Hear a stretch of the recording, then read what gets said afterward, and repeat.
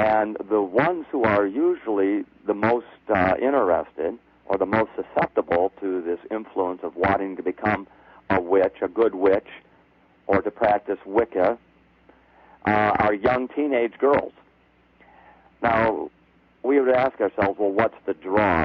No young teenage girl would want to look like your cartoon character witch with a wart on their nose and a big, tall black hat. No. The real draw is that Buffy and Sabrina are very pretty, and they're very appealing. But they have power, and that's what people are drawn to witchcraft for, is that it offers a power over oneself and, by extension, a power over others. And that really is what spells are all about. Spells... Actually, Rick... yes, go ahead. Yeah, if you can hang on here, because in a minute we're going to need to go into a break. So folks, first of all, if you have a thought, give us a call at 443-9782, 443-WSUB. We're really starting to settle in with our discussion this morning in the area of witchcraft, of white witchcraft, of how it looks, how it is appealing on the outside, and really it's an issue of gaining power over oneself and potentially over others through the casting of spells. So, Sean, why don't we go into a break at this point? Folks, the idea here is to expose what is really happening under the surface with things like witchcraft and things like Harry Potter. Hi, welcome back to Christian Questions on 980 WSUB with Jonathan and Rick. Our subject this segment, Should You Believe in Ghosts?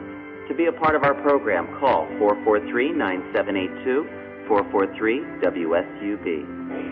And we are in the midst of a discussion on the battle going on in the heavens over the earth, the battle between angels and demons, between God and Satan, and how that battle rages in a lot of different ways, one of which is through witchcraft. And white witchcraft, or Wicca as it's called, doesn't seem to be bad or seeking evil on the outside at all. No, it seems to be worshiping nature and appreciating creation. Right, but in fact, involved in that, you have the ability to cast spells and things like that. So, Rick, why don't you take us down that road a little bit about this idea? What is this idea of casting spells or hexes? How does all of that work? Excuse me, Rick. Yes. We've got a call, and the equipment's not letting me put them on hold or queue. Okay. So if we could take that call. All right, go ahead. Good morning and welcome to Christian Questions. You're on the air. Who are we speaking with? This is Julius. Good morning, Julius. Good morning, gentlemen. You sound far away. Well, we are. I appreciate your analysis about this very timely subject. Do you believe in ghosts, or should we believe in ghosts? I appreciate Mr. Cunningham's input. He seems to have quite a background. And what I appreciate the most is the biblical context that we should discuss in this. Incidentally, the question on paganism, the dictionary for pagan, one of the definitions that it gives is idolatrous. And idolatry, I think we know, relates to self-gratification. And I analyze your subject from a couple of aspects, or primarily from the aspect that Satan, the devil, is a master of deception, and he uses two basic tools to deceive humanity.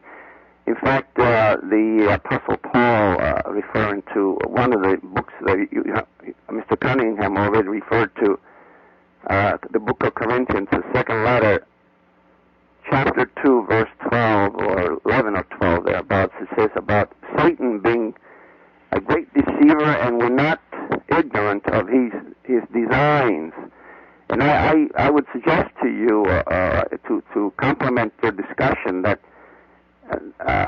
tool number one that he uses is the ego, EGO, And I would define that. I like what somebody wrote on that. It says, ego stands for exit God out. So God is out of the picture when the ego comes in. Number two, fear. And that's defined as false evidence appearing real. So you put those two together, and you have perilous times in which we live today. There's so much deception, there's so much idolatry, so much self-gratification. Now it's okay to have a gay bishop in a church. Good grief. Some of our forefathers, they would turn in their graves if they would hear something like that.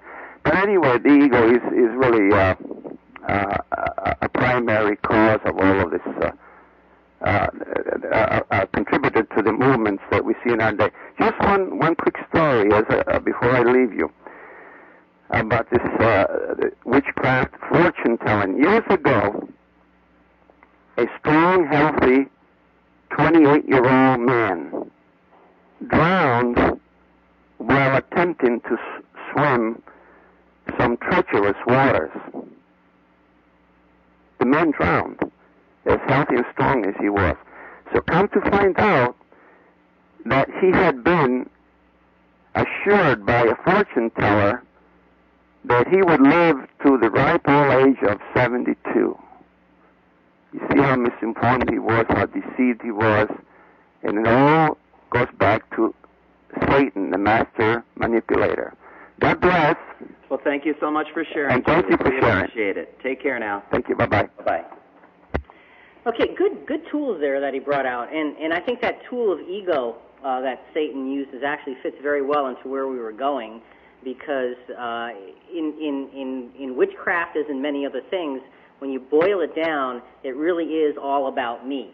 That's right. And so Rick, talk to us a little bit, just for a couple of minutes here, about this idea of casting spells and what that really means. Well, the spell is the desire to try to better oneself or to exercise control. And for white witchcraft, it's emphasized as trying to control yourself. But it's a series of like repetitive prayers that puts one almost